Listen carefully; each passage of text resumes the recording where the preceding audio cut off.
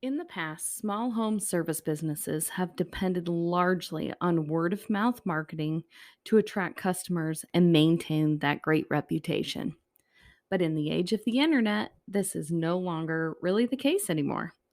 Although word of mouth remains crucial to the success of the home service industry businesses, the channels in which people have to voice their opinions and their feelings, either good or bad, are abundant and honestly in your face. Customer reviews become an important part of each homeowner's buying decision. Today, a customer's bad experience can often be accompanied by a negative review on Google or Yelp, even Facebook, or a rant on Angie or HomeAdvisor, or other places where you do business or gain referrals. But don't fret. If you're doing good things and you're making changes and shaking things up in your industry, there are always going to be haters and judges. There's always going to be people that love you and appreciate you for doing that. How you respond to these comments is a very important. And we are going to talk about that today in this week's episode. Should I ask my customers for a review?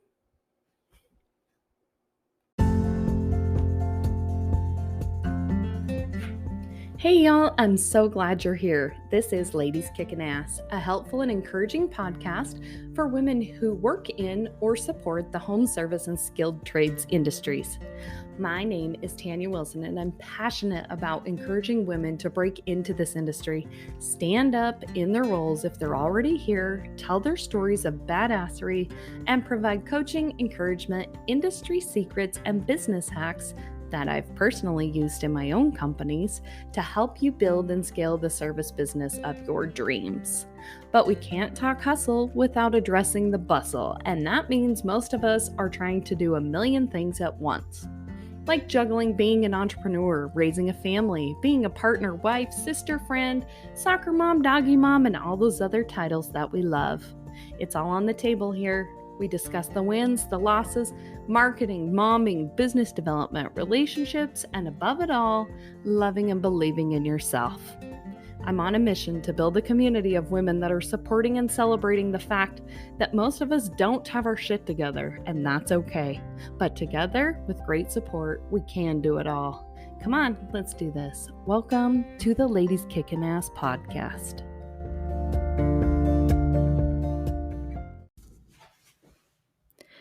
Okay, so this whole review game for the home service industry has really expanded and has really become impactful for the good, even though sometimes you think it might be kind of bad. There are lots of things to consider when thinking about the review process, and we're going to talk about those today. I've broken this down into 4 little PowerPoints that we're going to talk about in regards to asking for reviews, what to do with them when you get them, what if they are bad, and so forth. So, first, should I even ask for them? If I ask for them, what do I say to my customers? This can be a sticky spot for people because they don't know how to ask for them, or they're unaware of the programs available to automate them, or they don't want to feel silly, or they think it's tacky. There are lots of different reasons why people have problems with this, and we're going to talk about that today. Second, should I respond to the reviews that people leave, even the good ones? What about the bad ones? How do I actually respond to those bad ones? If you're anything like me, those ones are tough to swallow when you see those. So being tactful about it is so very important to continuing that integrity and that reputation you've built online for your business. So we're going to address those as well. Third, what do I do with these reviews and how can I use them to market my business? So let's say you got a whole bunch of reviews, but now what are you going to do with them? Like, do I post them on my website? Do I use them for social media? What do I do with them? So I'm going to give you a few ideas of ways that you can use them for your marketing and to help other people be aware that you have been receiving these great and grand reviews. And fourth, how can I manage them all from one spot? I get asked that question so often, like, "Oh my god, so we get reviewed on Yelp and Facebook and Google and the Better Business Bureau and TripAdvisor," and the list goes on and on and on. Um, how can I manage these all in one spot? So we're gonna address that as well. There are some really cool programs that you can use, and you can go into one inbox and answer them.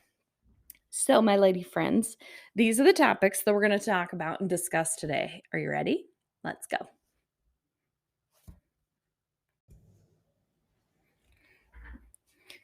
Okay, well, we're going to start with the big one. Number one, should I even ask them for a review? And if I ask them, well, what do I say to my customers? Short answer to that question is hell's yes. Ask every customer for a review. The long answer to that is to do it in a professional way. And I'm going to tell you how. Get signed up with a review collection platform. And from this place, you can manage your reviews by setting them up in a campaign fashion. It makes it very professional and it will actually ask them more than once for a review. Now, I want you to put yourself in the customer's shoes. And I'm sure you have probably, if you shop on Amazon, this happens often. You will receive an email that says, "Are you enjoying your purchase? Would you mind giving us some feedback on your product?" If you don't answer that one in a day or so, you'll receive another one that may ask you a little bit differently. You can do the same thing for your business, and it's very inexpensive. I have been asked many times how I have been able to collect such great reviews for my business. And I always tell those home service company owners, you have to do this stuff. You can't afford not to. And these programs that you can sign up for online know what they're doing and they're very inexpensive. Most of them are less than $100 a month. Trust me, you are making more than $100 a month off of your great reviews that these programs will generate for you to use for online marketing. So, some platforms that you can look into, I've made a small list of them. There's a company called GatherUp, Bird Eye, Reputation, Capterra, Podium, Broadly, Nice Job. They can all be purchased at a subscription status, and most of them will sync together with your customer relationship management program, your CMS or your CRM. They mean the same thing, customer management system, customer relationship system. Make sure that they sync up. The reason why I say this is when they sync up with whatever you are using to dispatch your technicians with, it will do this automatically for you. And the whole point of setting this up is getting a process together and making it automated so it's one less thing you have to think about. So, for example, I use a program called Bird Eye. I love it. It's been fantastic for us. I have also used Nice Job in the past, and they were also fantastic. Bird Eye is a little more robust than Nice Job is. It costs a little bit more. There's a few more places that you can direct the reviews to. And so we have upgraded to that. But if you're just starting out, Nice Job is fantastic. And to be honest with you, I think it's like $75 a month. So it's really great. We do use the customer management system called House Call Pro, and all of these will sync up to that. Even if it shows on your customer management system that it's not a supported app, many times through Zapier, or if you contact your customer management system, they can do that behind the scenes for you. So always check on that first before you sign up for one of these, because, like I said, we want to make this automated. So, what does that mean? When you sign up for a review platform such as this, you ask your customers, just like your purchases on Amazon, they ask you more than once and in a couple different creative ways to get you to leave feedback on the service. So, what you can do is you can set up even graphics that detail your equipment, your technicians, something that is unique to the branding of your business so that they feel like this is actually coming from your company and not a third party company. The first time that is generated, many times these programs will send out a text message to the number that was on file for the job and ask them how their service was. It's something super simple that they can click right through and they can say, I give you 5 stars and I'm going to leave a review on, and you can post whatever review links you're trying to build your reputation on. I prefer to use Google. I prefer to use Better Business Bureau, and I prefer to use Facebook because those are the biggest ones that I feel like are the biggest bang for our bucks as far as review solicitation is concerned. You may choose to make them go to Angie's List or different areas with those and different reviews or referral sites where you get your business.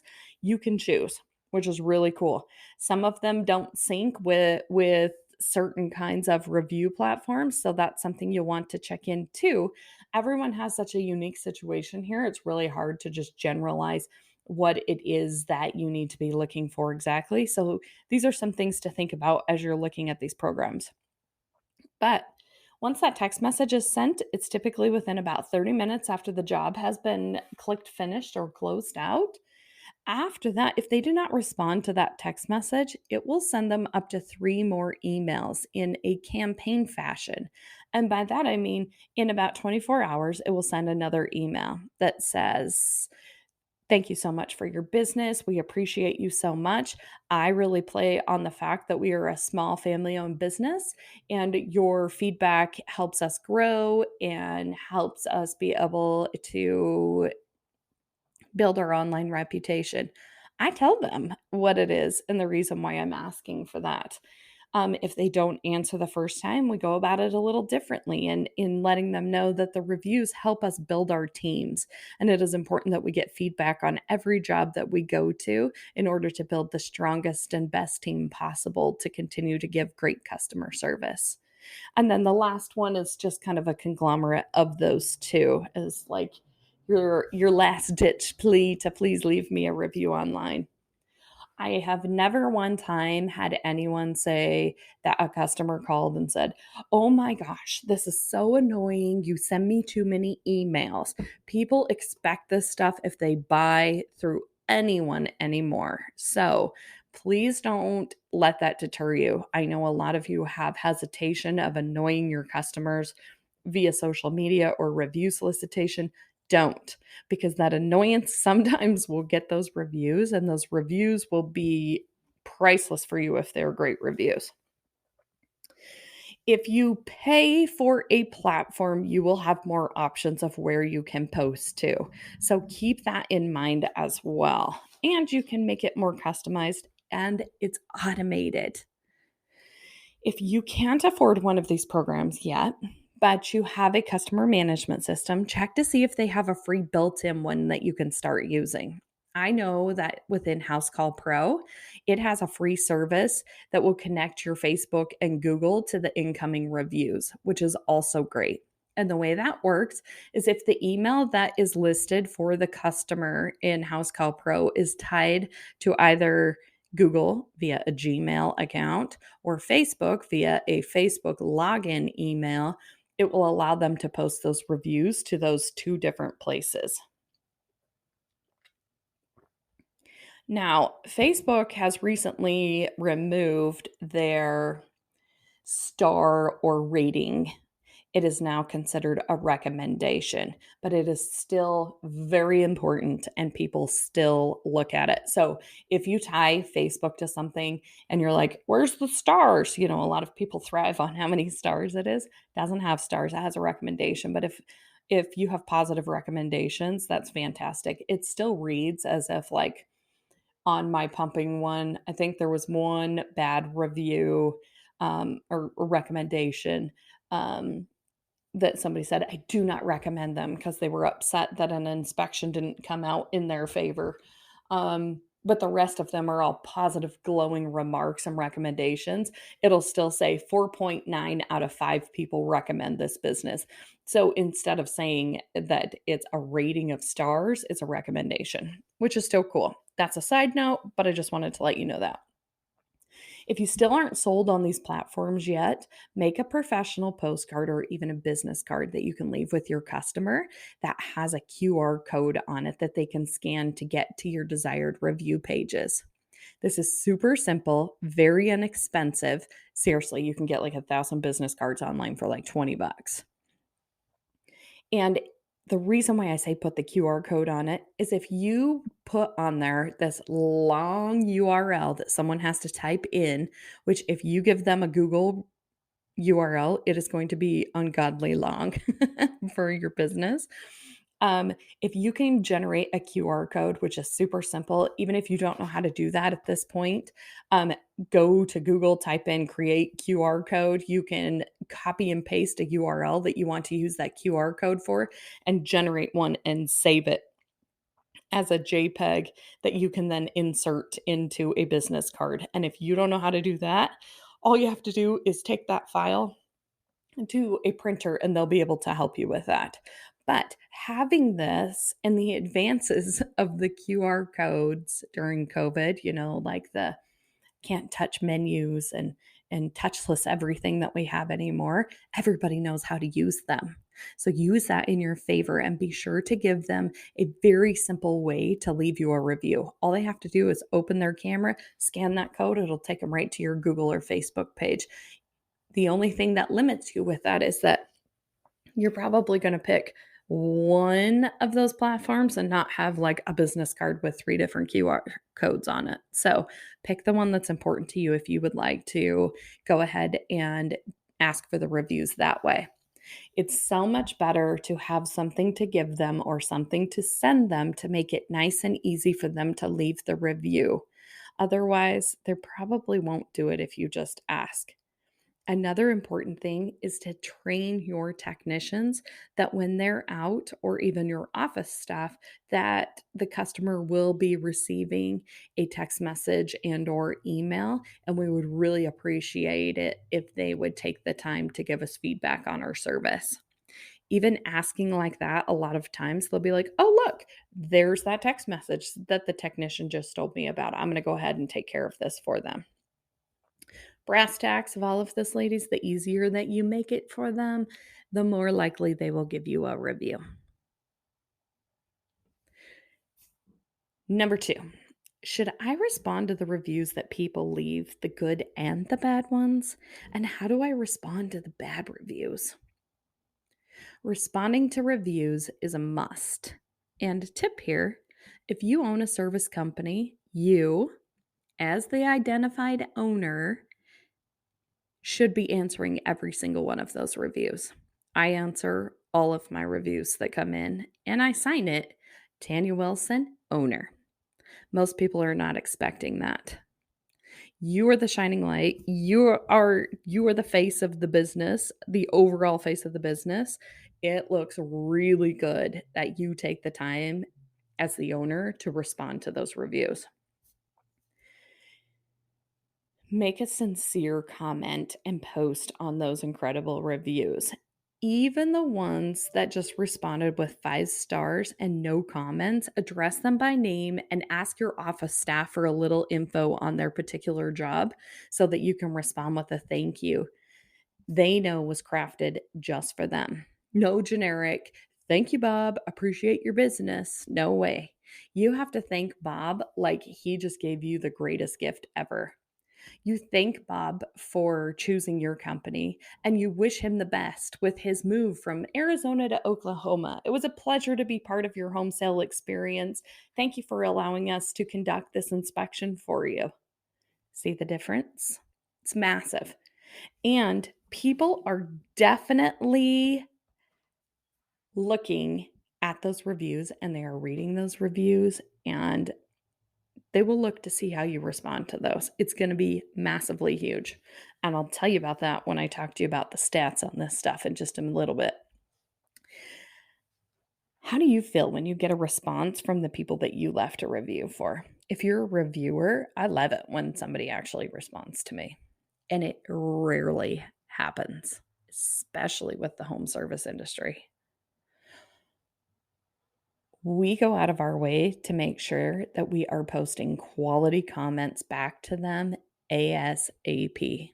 On top of that, if they take the time to leave a review for one of my service companies, we send them a handwritten thank you card and an easy $5 coffee card from a local coffee shop because we support local with a couple little company swag items to their home. You know, old school snail mail in a really cool blue or black package, depending upon what business it's coming from. It's a fun surprise for them and they never expect it.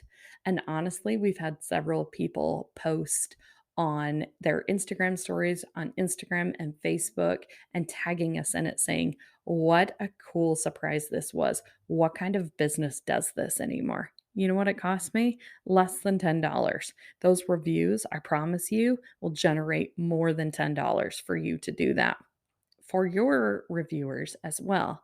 So consider doing something like that. If you don't want to send out a big package or something, have someone in the office write them a handwritten thank you note and put a $5 coffee card in there. It will move mountains for you. It's so cool.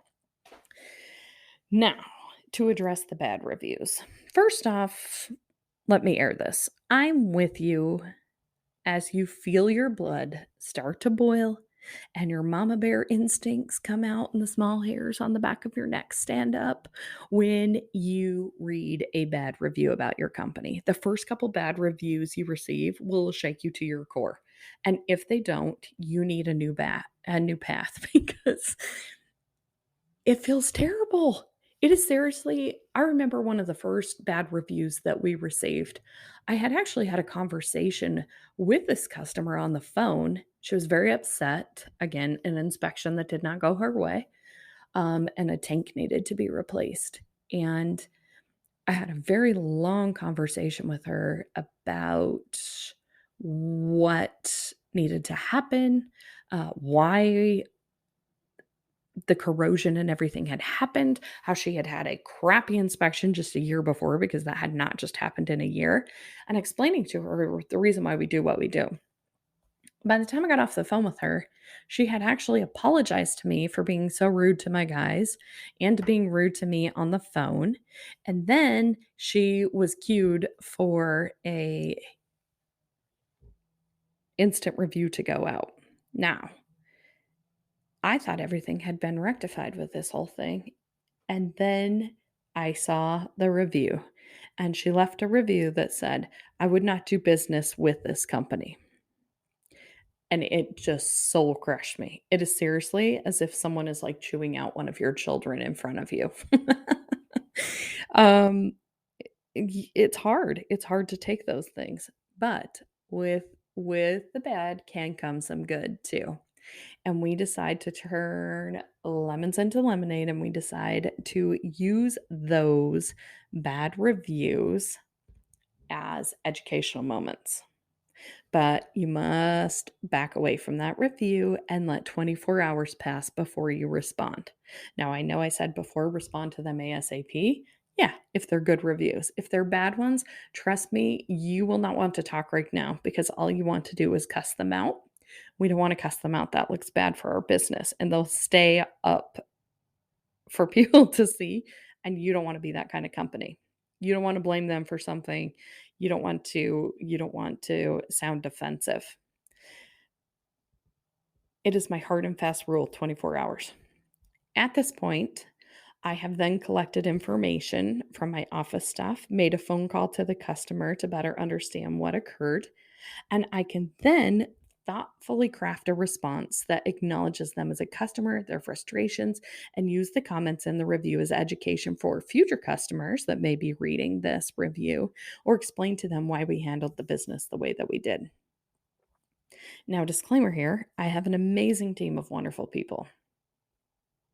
And I'm not just saying that in on my podcast to brag, but because I worked really hard to get that team of people.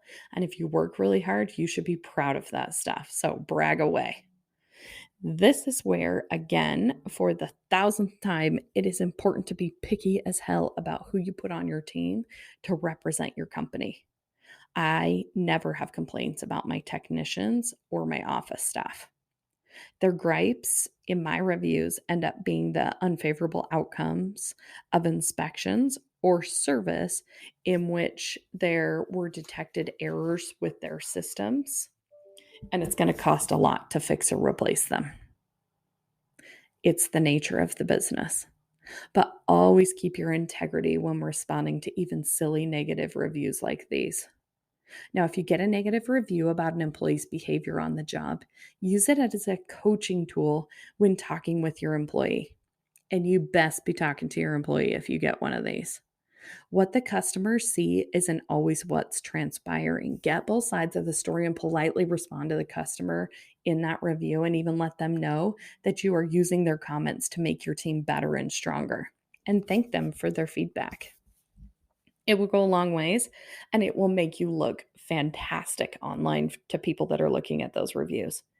Y'all, we are not perfect people, and we are not always going to give a perfect service. Even though we try our damnedest at everything that we go out to, sometimes things fall short. Sometimes things go wrong. It's how you handle those things that makes a world of difference.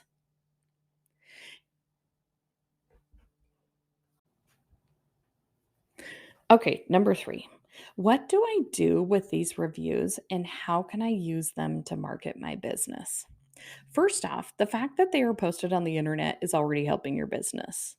Dimensional research found positive online reviews influence the buying decision of 90% of people who are looking for home services companies. That's insane, y'all. Negative reviews produce similar results, influencing 86% of respondents to not choose that company. A whopping 96% of customers value online reviews when selecting a residential home service provider. That's insane. Here's some more stats for you. Over 40% of participants said that they have or would use Google to find a local home service business. 92% seek out and consider online reviews before hiring a local home service business. 63% of respondents said that they trust online reviews as much as personal recommendations. Holy crap. And this has changed so much even in the last 5 years. 51% of respondents said that they would not hire a local home service business if they didn't have any online reviews. Right there, over half of people won't hire you if you don't have any reviews. If that doesn't get you up off of your butt and start looking for ways to get reviews, you're crazy. You got to do it, girl. You got to do it. 91% of people said they would go online to check reviews before hiring a service company that was personally used or recommended by a friend or neighbor. So even if your friend or neighbor recommends somebody, people still go online and check out their reviews. So if you don't have any reviews, what are they going to check out? They're probably going to be enthralled with somebody who does have glowing reviews in their little checkout session here that they're in. Almost 70% of respondents would only consider hiring a local home service business if it had an online rating of 4 stars or more. The magic ratio was this: the majority of people surveyed stated that they would need to see 10 positive reviews to 1 negative review.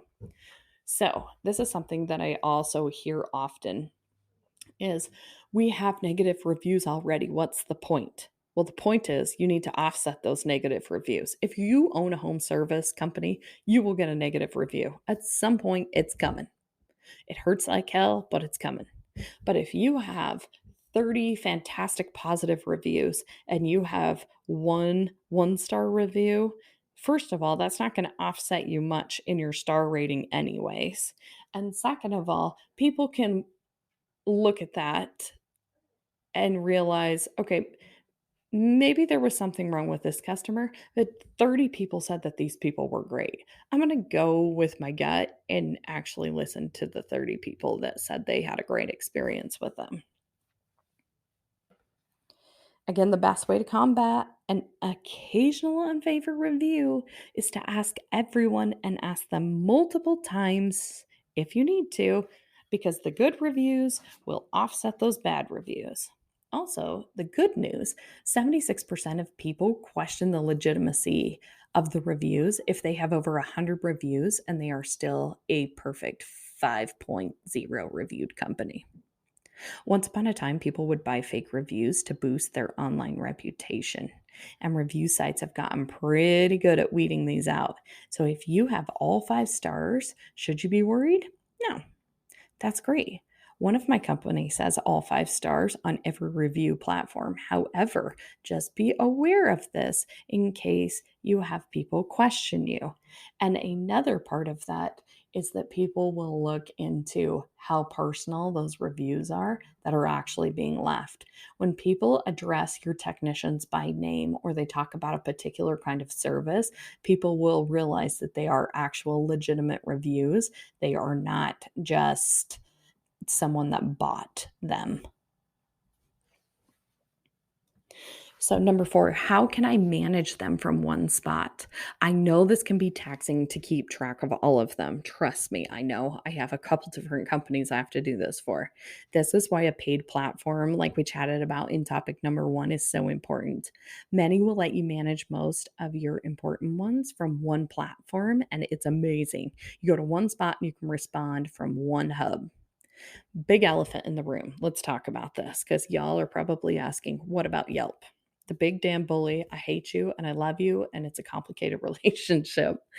Talk about the experiences that I have had with Yelp. Yelp, I have talked to their customer service people. I have tried to navigate this myself. I have tried to figure out and crack whatever this fancy algorithm is that they use to determine whether or not a review is fake or is actually a real review. And it makes no sense to me whatsoever. I don't think it makes sense to them either, because in many conversations that I have had with Yelp customer service representatives, they can't tell me what it is either, except for the fact that it's an algorithm that checks things. But the things that I've been told don't check out on both of my companies, so I don't think they know what they're talking about either. You can't solicit through any of these online paid platforms to leave a review on Yelp. You can't respond to reviews on any of these paid platforms to Yelp. You have to go directly to Yelp. People have to go to Yelp to leave the review. You have to manage your business directly from Yelp to respond to reviews. Even people that called into your office that didn't come to you directly from Yelp can still leave reviews on Yelp for you. It's a big old conundrum. So, the biggest point that I want to make with all of this is check your Yelp, take it with a grain of salt. I have fantastic reviews on Yelp, and I have 2 from the early days of when we started our business where communication wasn't great and we were working through some kinks with some staffing issues. And a couple of jobs fell through the cracks. It happens. I admit it. It was a mistake, but we did get 2 bad reviews for that. Those things have haunted me on Yelp for years. I have glowing, fantastic 5-star reviews that are actually real reviews from people that are still showing as not recommended reviews. I just let it go.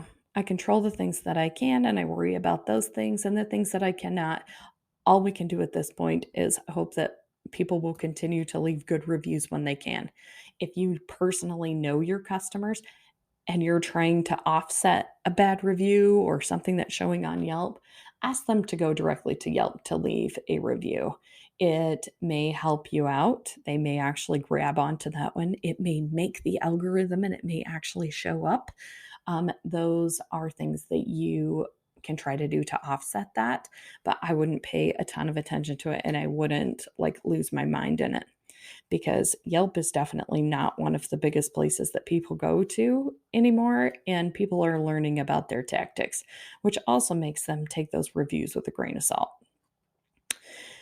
The biggest point I want to make with this whole conversation is that if you are not soliciting for reviews, you have to start tomorrow. You have to start today. You have to start yesterday. That's how important it is. And I sincerely mean that. You must start asking, sign up for a program, hire someone to do it, just get them. Reviews can impact the SEO for your Google in getting your website to show, increase the number of phone calls coming into your office, make your business more desirable to work for, build your brand, make you a leader in your community. If you have a 4-star plus business, people will trust you. It's an online trust factor. This is the world that we live in now. I consult reviews before I order or buy damn near everything now. And why not? Because it's free information out there. It's basically like you have a room of people you can ask, hey, did you like this product? Hey, did you like this service? Okay, cool. Then I guess I'll give it a try too. So, in this same review or the same stat collection that I just gave you earlier, they asked respondents to rank the following in order of importance to them. And here are the results of what's most important to customers when they're reading reviews: details and specificity within the reviews, like I said, talking about technicians' names or things like that, overall star rating, business owner responses, ding, ding, ding, age of the reviews, and total number of reviews. So, again, like I said, with those old Yelp reviews, those are from 2017. We've obviously improved our service since then. The most trusted review websites came in at this: the BBB, Better Business Bureau, 36%, Google, 23%, Home Advisor and other third-party home service provider sites like Angie's List and things like that, 10%. Yelp only came in at 6.07%. People are getting keen to what they're doing, and about 25% of people stated that they really didn't trust one more than the other, but they always consult one prior to purchasing. Google began its monopoly of online reviews in 2014, where it started to significantly pull away from other platforms like Yelp. Today, it continues to be one of the most, if not the most sought after platforms for online reviews. I prefer to use that for reviews because everything that someone posts shows up on my Google My Business page. So there's none of this stupid algorithm crap that you got to try to beat or figure out. If someone leaves a review, it posts to your stuff. As a side note, our survey demonstrated that many people still hold the BBB or the Better Business Bureau in high regard. It seems that even though the BBB is a private company, many consumers mistakenly believe that it's an official government entity. Isn't that funny? And they take BBB ratings very seriously. Because of this, BBB accreditation and ratings grant businesses a great deal of authority in the eyes of potential customers. In the same vein, a lack of BBB accreditation and a low rating can significantly harm a business's credibility and reduce conversion rates. An A-plus rating with the BBB serves to further solidify your business's online presence. Displaying it on your website and maintaining an A-plus rating can still boost the trust in your brand as it has in the past. Many people will look at this and be like, well, what am I getting out of this? It is a reputation. It's a reputation that has been around for years. I have that subscription to the BBB. That's literally what it is a subscription. And it costs me $40 a month. For the reviews that generate from BBB that I get, it's way worth $40. I just write it off as a marketing expense every month. So, in conclusion, local home service business owners can no longer afford to ignore these online reviews. Ladies, you just can't do it. If you are serious about building this business, you have to start collecting reviews. Without an active plan to request and receive positive online reviews, you are leaving a ton of business and money on the table. If you want to increase new customer acquisition, a strategy for generating positive online reviews is no longer optional. It's a must-have. It needs to be written into your marketing, just like everything else is. It is one of the biggest marketing tools. I get phone calls in my office for both companies at least once a day. Someone says, your reviews online are fantastic, and that's why I called you. Now, if you took one phone call and let's say that you are open for business 280 days a year and an average ticket cost is $100, look at how much money you just made off of spending time on those reviews. And that's a low ticket cost for most home service providers. So, really think of it in those number terms so that you can find benefit in this. It doesn't take a lot of time. Find a program that works best for you. And if you're unclear of one that's going to work best for you, please reach out to me. I'd be happy to help you and get you set up with reps on any of those platforms so that you can start generating reviews for your business and you can start making more money and getting busier and really being a woman that is out there kicking some ass. Have a great day, ladies. Talk with you next week.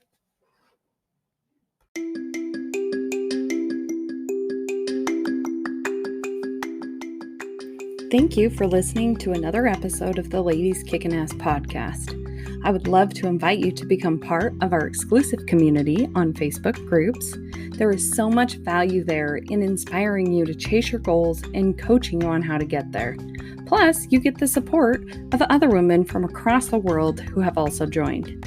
You can also find us all over social media and at our website, ladieskickingass.com. All social media platform links are in the show notes below, so we've made it nice and easy for you. Be sure to join so you are the first to hear about exciting programs and announcements that we have coming up.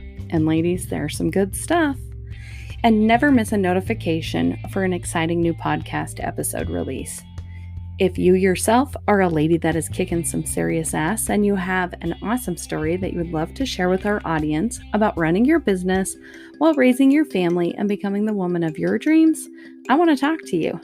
Check out our website at ladieskickingass.com/podcast, where you can apply to be a guest on our show. Be sure to subscribe to the podcast. Tell me what you think of it with a rating and share this episode with anyone you think it may inspire or help. Have a great week, and I'll see you back here next Friday. Bye for now.